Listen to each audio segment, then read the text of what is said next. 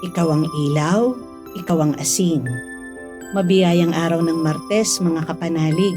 Ito po si Sister Rose Agtarap ng Daughters of St. Paul para sa mabuting balita. Pagnilayan natin ang Ebanghelyo ngayon.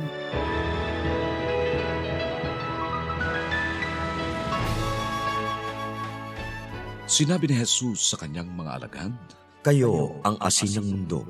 Ngunit kung mawalan ng lasa ang asin, paano pa ito mapaaalat na muli? Wala na itong silbi. Itatapon na lamang at tatapakan ng mga tao. Kayo ang ilaw ng mundo. Hindi maitatago ang lungsod na itinayo sa tuktok ng bundok. Hindi rin sinisindihan ng ilaw para takpan ng kahon. Sa halip ay inilalagay ito sa isang lampara at tumatanglaw sa lahat ng nasa bahay. Gayon din naman ang inyong liwanag sa paningin ng mga tao, at makikita nila ang inyong mabubuting gawa, at pupurihin nila ang inyong amang nasa langit.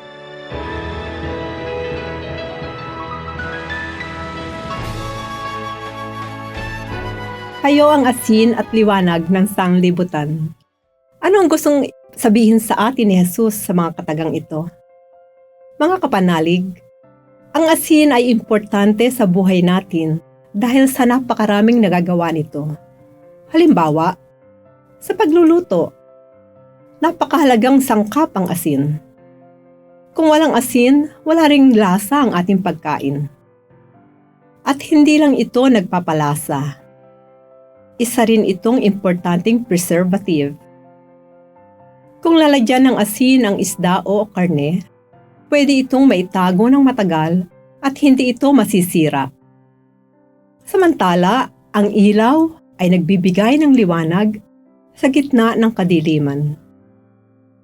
Kaya nga, pag brown out, inilalagay natin ang kandila sa ibabaw ng mesa o sa isang mataas na lalagyan para mas malawak na lugar ang nabibigyan ng liwanag. Napakahalaga ng ilaw dahil kung wala nito, hindi tayo makakakilos sa gitna ng kadiliman. Ang ilaw ang ating gabay para di tayo mawala sa direksyon at marating natin ang ating paroroonan. Bilang tagasunod ni Kristo, tinatawag tayo na magsilbing asin at liwanag sa mundong ibabaw. Ang asin, kapag inilagay sa tubig o isinasangkap sa pagkain ay naglalaho. Hindi na makikita, pero alam mong naroon sa pagkain dahil nalalasahan ito. Katulad ng asin, inaanyayahan tayo mga tagasunod ni Kristo na ibigay o ialay ng buong buo ang ating buhay sa paglilingkod sa Panginoon at sa kapwa, nang hindi nangaakit ng pansin sa ating sarili. Ito rin ang hinihingi sa atin bilang ilaw ng sanglibutan.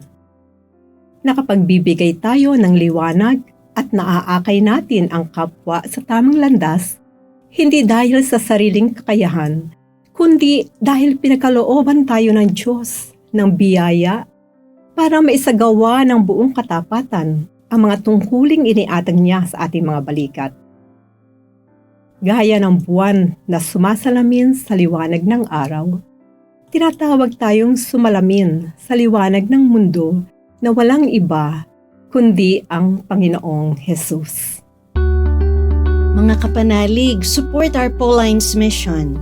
Subscribe, like, and follow Paulines on our social media accounts.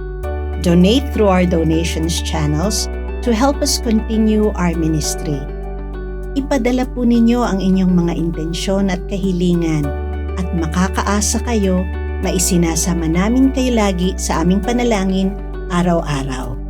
Ito pong muli si Sister Rose ng Daughters of St. Paul na nagpapaalala ng bilin ni San Pablo. Magalak kayong lagi sa Panginoon. Ipadama ninyo sa lahat ang inyong kabutihang loob. Huwag kayong mabalisa tungkol sa anumang bagay. Sa halip, hingin ninyo sa Diyos ang lahat ng inyong kailangan sa pamamagitan ng panalangin may pasasalamat.